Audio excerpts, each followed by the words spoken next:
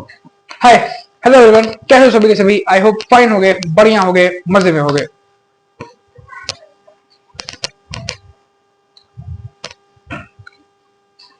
तो बेसिकली कहानी क्या है?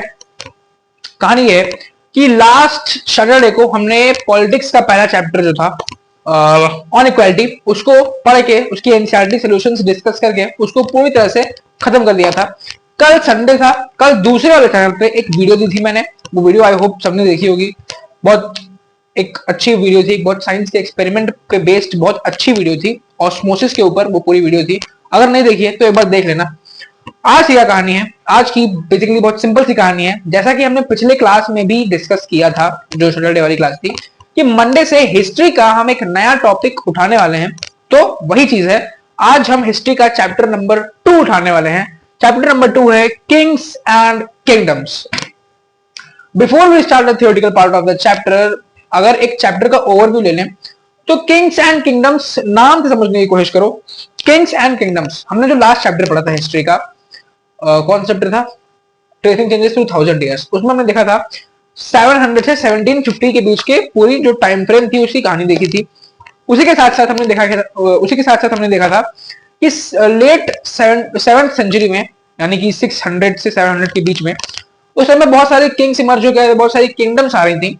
तो उसी टाइम फ्रेम के बारे में कौन कौन सी डायनेस्टीज आई, कौन कौन से किंग्स हुए, क्या सिनेरियोज बना, वो सारा हमको इस चैप्टर में पढ़ना है। वो सारा इस चैप्टर का पार्ट है। ठीक है, तो बिना टाइम वेस्ट किए चलते हैं आज के टॉपिक की ओर। ठीक है, आज का बेसिकली हमारा टॉपिक क्या है?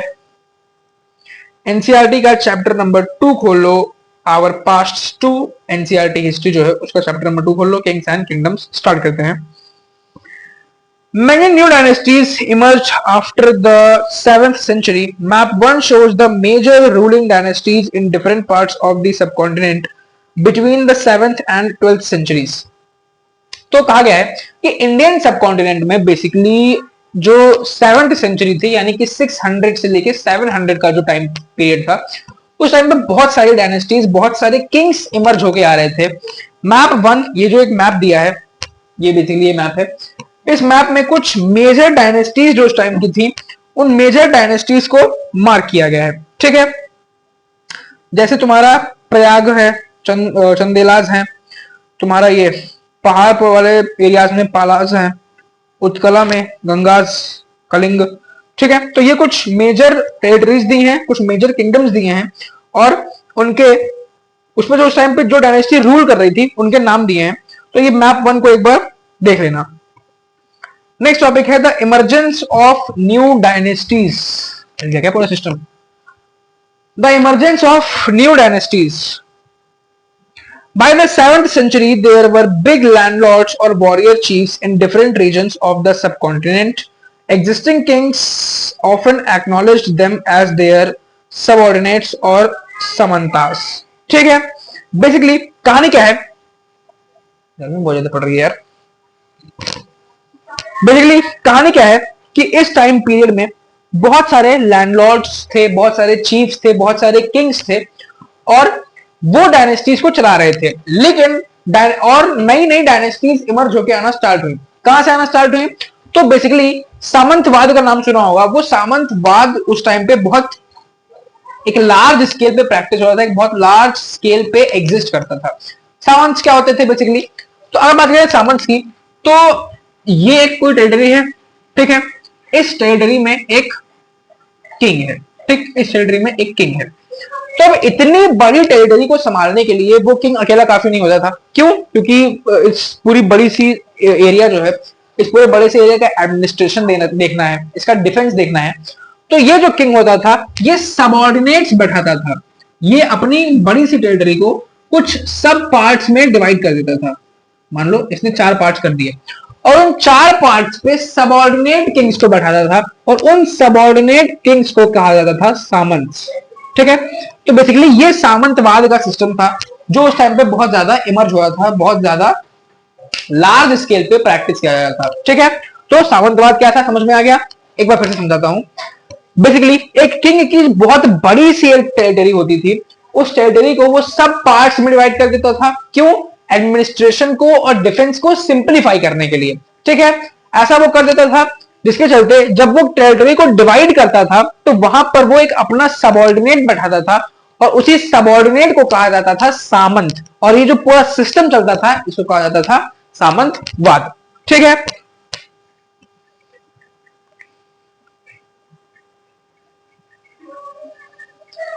they were expected to bring gifts for their kings or overlords, be present at their courts and provide them with military support। ठीक है, तो बेसिकली इन सामंत का काम क्या होता था, इन सामंत का काम होता था कि वो अपने राजा को खुश रखें, उनको महंगे महंगे गिफ्ट्स दें, और जब राजा अपनी कोर्ट हेल्ड करे, जब राजा अपनी सभा लगाए तो वहां पर वो लोग प्रेजेंट हो और वो मिलिट्री के थ्रू उसके डिफेंस में मदद करे, कुछ डिसीजन मेकिंग प्रोसेस में हेल्प करे।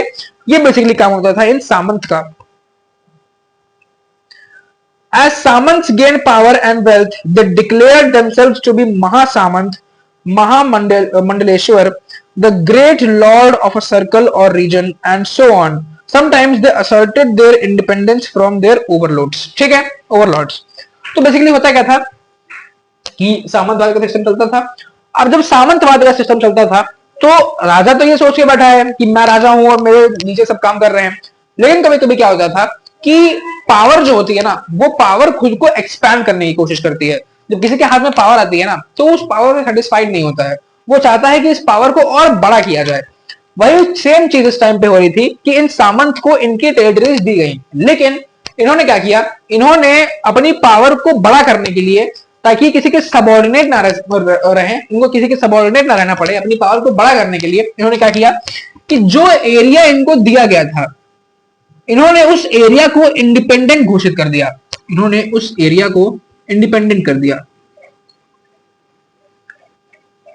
इंडिपेंडेंट कर दिया इन द सेंस कि अब उस एरिया को इन्होंने डिक्लेयर कर दिया कि ये इस बड़ी सी टेरिटरी का पार्ट नहीं है, ये हमारी खुद की एक टेरिटरी है। ठीक है, तो वो खुद राजा बन गए और इसी तरह से क्या हुआ, सामंत जो थे वो राजा बनते चले गए, जिसके चलते बहुत सारी नई नई डायनेस्टीज इमर्ज होके आने लगी। ठीक है,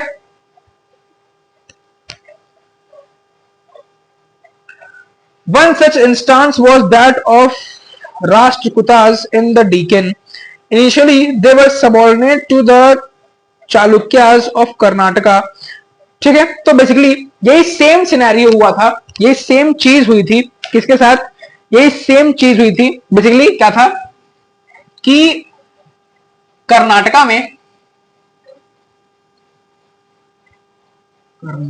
में चालुक्यास का रूल था। चालुक्यास कौन थे बेसिकली, तो एक किंगडम फैमिली, एक किंग की फैमिली चालुक्यास बेसिकली एक फैमिली का नाम है। ठीक है, जैसे चोलास थे, जैसे मुगल्स थे, उसी तरह से चालुक्यास भी थे। तो बेसिकली ये चालुक्यास कर्नाटका में रूल करते थे। अब इनके जो सबऑर्डिनेट थे वो थे राष्ट्रकूटास।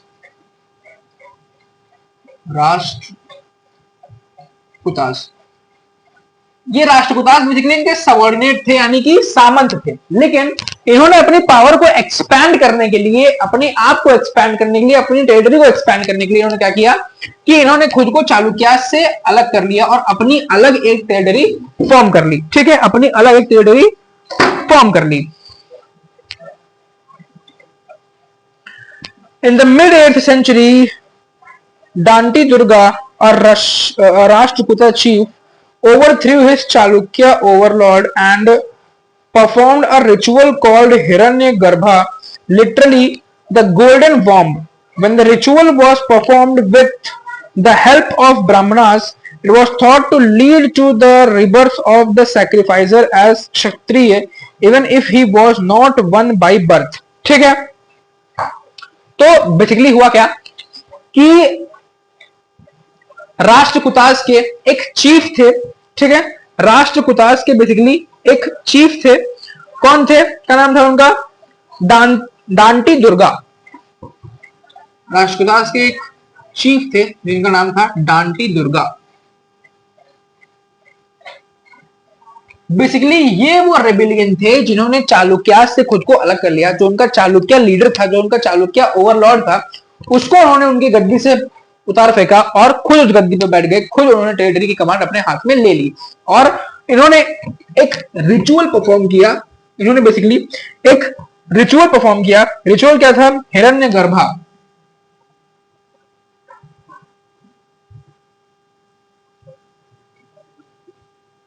हिरण्यगर्भा, हिरण्यगर्भा बेसिकली एक रिचुअल होता है, मतलब अभी तो पता नहीं होता है कि नहीं होता है, लेकिन पहले के टाइम में हिरण्यगर्भा एक रिचुअल होता था जिसके थ्रू हिरण्यगर्भा बेसिकली उसको कहा जाता था कि जब यूनिवर्स का फॉर्मेशन हुआ था, तो बेसिकली ये जो डांडी दुर्गा थे इन्होंने हिरण्यगर्भा बेसिकली वो जो रिचुअल था उसको फॉलो किया और खुद को एक क्षत्रिय डिक्लेयर कर दिया, यानी कि एक राजा डिक्लेयर कर दिया। Although he was not a kshatriya, लेकिन इन्होंने खुद को राजा डिक्लेयर कर दिया। In other cases, men from enterprising families used their military skills to carve out kingdoms. ठीक है, तो ये तो एक कहानी हो गई कि सामंत ने किस तरह से किंगडम्स को अपने अंडर में लिया, किस तरह से सामंत की डायनेस्टीज इमर्ज होके आई। कुछ कुछ जो कुछ कह सकते हैं जो वेल्दी फैमिलीज थी, उन वेल्दी फैमिलीज ने भी मिलिट्री फोर्स का यूज करके, मिलिट्री फोर्स का यूटिलाइजेशन करके किंगडम्स पे रूल करना स्टार्ट कर दिया, किंगडम्स को अपने अंडर में लेना स्टार्ट कर दिया। For instance, the Kadamba Mayur Sharman and the Gurjara Pratihara Harichandra were Brahmanas who gave up their traditional professions and took arms, successfully established kingdoms in Karnataka and Rajasthan respectively. ठीक है, तो कुछ Brahmins के नाम दिए हैं, जैसे कदम्ब मयूर शर्मन और गुजारा प्रतिहारा हरिचंद्र, बेसिकली कुछ नाम दिए हैं। ये लोग ब्राह्मण्स थे, लेकिन इन्होंने किंगडम्स पे कब्जा कर लिया और खुद को क्षत्रिय में कन्वर्ट कर लिया और किंगडम्स को रन करना इन लोगों ने स्टार्ट कर दिया। तो ये एक एग्जांपल है कि किस तरह से सामंत ने किस तरह से किंगडम्स का फॉर्मेशन किया। जो वेल्दी फैमिलीज थी, जो वेल नोन फैमिलीज थी, उन्होंने किस तरह से किंगडम्स को अपने अंडर में लिया। तो ये कुछ एग्जांपल्स हैं। ठीक है, नेक्स्ट टॉपिक है administration in the kingdoms. Many of these new kings adopted high-sounding rules such as Maharaja, Adhiraja, Great King, Overlord of Kings, Tribhuvan Chakravartin, Lord of Three Worlds and so on. ठीक है, तो basically बात हो रही है कि administration कैसे होता था इन किंगडम्स में। तो जैसे ही अलग अलग किंगडम्स फॉर्म हुई ना, खैर पैर में दर्द हो रहा है, जैसे अलग अलग किंगडम्स स्टैब्लिश हुई, उसके साथ साथ जो उन किंगडम्स के किंग्स थे उन्होंने अपने आप को बड़े बड़े टाइटल देना स्टार्ट कर दिया, जैसे महाराजा अधिराज मतलब राजाओं का राजा, और त्रिभुवन चक्रवर्ती मतलब जो तीनों लोगों का राजा हो, तीनों लोगों का स्वामी हो। तो ऐसे बड़े बड़े टाइटल्स खुद के लिए इनिशिएट करना उन लोगों ने सबसे पहले तो स्टार्ट किया। However, in spite of such claims, they often shared power with their samantas as well as with association of peasants, traders and Brahmanas. ठीक है, और इसी के साथ साथ उन्होंने एडमिनिस्ट्रेशन को मैनेज करने के लिए, एडमिनिस्ट्रेशन को प्रॉपरली रन करने के लिए सामंत के साथ पावर शेयर की, पीजेंट के ग्रुप के साथ पावर शेयर की, ट्रेडर्स के ग्रुप के साथ पावर शेयर की, ताकि एडमिनिस्ट्रेशन को और सिंपलीफाई किया जा सके। In each of these states, resources were obtained from the producers, that is peasants, cattle keepers, artisans, who were often persuaded or compelled to surrender part of what they produced. ठीक है, तो अब ऐसा तो है नहीं कि कोई किंगडम बनी है तो वो किंगडम अपने आप चलती रहेगी और हवा पानी खाकर लोग चलते रहेंगे, नहीं।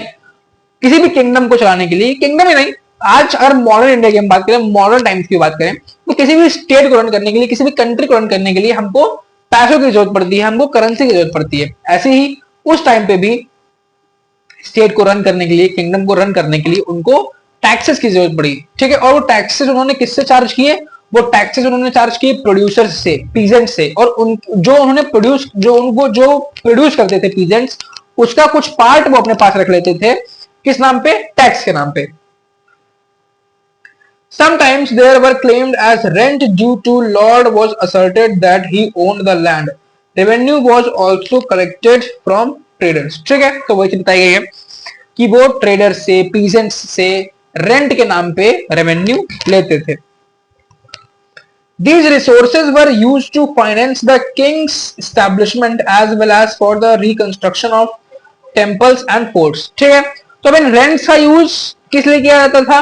इन रेंट्स का यूज किया जाता था बेसिकली किंग्स को लैविश लाइफ प्रोवाइड करने के लिए, टेम्पल्स के, फोर्ट्स के रिपेयरमेंट के लिए,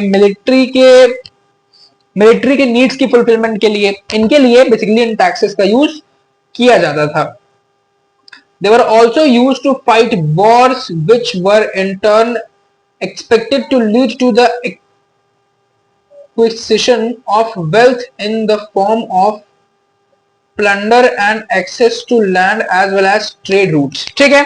और इकोनॉमी को बढ़ाने के लिए, इकोनॉमी में ग्रोथ लाने के लिए वो लड़ाइयां भी लड़ते थे. अब सोच रहे होगे कि सर लड़के कैसे इकोनॉमी बढ़ जाएगी? तो बढ़ती थी. कैसे? जैसे फॉर एग्जाम्पल मान लो ये कोई लैंड ए है, ये कोई लैंड बी है. अब मान लो यहाँ का राजा अपनी आर्म्ड फोर्सेस का यूज करके इस एरिया को भी अपने अंडर में ले ले. ठीक, इस एरिया को भी अपने अंडर में ले ले. तो पहले जो उसकी वेल्थ थी, पहले जो उसकी इकोनॉमी थी, पहले जो वो टैक्स कलेक्ट कर पाता था, पहले जो उसके पास लैंड थी, वो सिर्फ इतनी थी. लेकिन उसने वॉर लड़ी, उसने लड़ाई लड़ी और इस एरिया को भी अपने साथ ऐड ऑन कर लिया. तो अब इस एरिया की भी जो वेल्थ होगी वो इस किंगडम के साथ जुड़ जाएगी. तो लड़ाइयां लड़के एक दूसरे पर कब्जा करके भी वो क्या करते थे? एक दूसरे पर कब्जा करके भी वो अपना इकोनॉमी में ग्रोथ ले आते थे. The functionaries for collecting revenue were generally recruited from influential families and positions were often hereditary.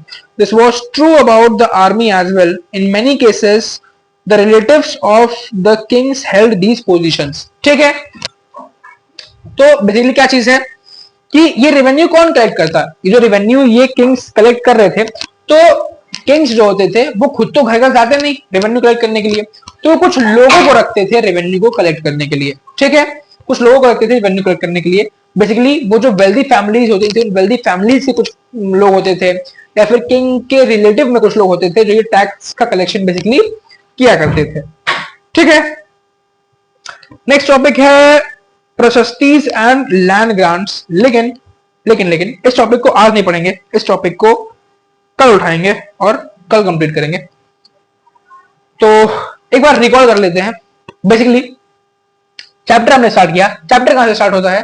Chapter start होता है कि जो 7th सेंचुरी थी उस टाइम पे अलग अलग किंगडम्स इमर्ज होकर आ रही थी. कैसे इमर्ज होकर आ रही थी? तो कुछ वेज में इमर्ज होकर आ रही थी. जैसे सबसे पहला था सामंत्स के रूप में. सामंत्स के रूप में मतलब जो सामंतवाद का सिस्टम चल रहा था उससे एक एक सामंत अलग होता गया जो नई नई डायनेस्टीज का फॉर्मेशन करता गया. दूसरी चीज, जो वेल्दी फैमिलीज थी, जो इन्फ्लुएंशियल लोग थे, उन्होंने अपनी आर्म फोर्सेस का यूज करके, अपनी पावर का यूज करके किंग से उनकी किंगडम ले ली, जिससे वो किंगडम्स एक्सपैंड करती चली गई. ठीक है, ये हो गया. फिर हमने एडमिनिस्ट्रेशन देखा. एक एग्जांपल देखा हमने कि किस तरह से सामंत ने किंगडम को अपने अंडर में ले लिया. ठीक है, ये पूरा एग्जांपल देखा चालुक्यास का. फिर हमने क्या देखा? हमने देखा एडमिनिस्ट्रेशन की एडमिनिस्ट्रेशन बेसिकली कैसे होता था. तो हमने देखा कि किस तरह से रेवेन्यू लिया जाते थे, किस तरह से रेंट्स लिए जाते थे और किस तरह से वॉर्स के जरिए, किस तरह से लड़ाइयों के जरिए भी एक good amount of revenue collect किया जाता था. फिर हमने देखा कि रेवेन्यू को कलेक्ट करने का काम बेसिकली कौन करता था? तो वो लोग जो वेल्दी फैमिली से होते थे या फिर वो लोग जो किंग की फैमिली से बिलोंग करते थे, वो इस रेवेन्यू को कलेक्ट करने का काम बेसिकली करते थे. ठीक है, आई होप आज का पूरा ये समझ में आया होगा. सिनेरियो नहीं समझ में आया है तो एक बार कमेंट सेक्शन में बता देना, मैं एक बार फिर से इसको समझाने का ट्राई करूंगा. वैसे आई होप समझ में आया होगा. ठीक है, इसी के साथ एंड करते हैं आज की क्लास को. आई होप सब बढ़िया है. ठीक है, बाय.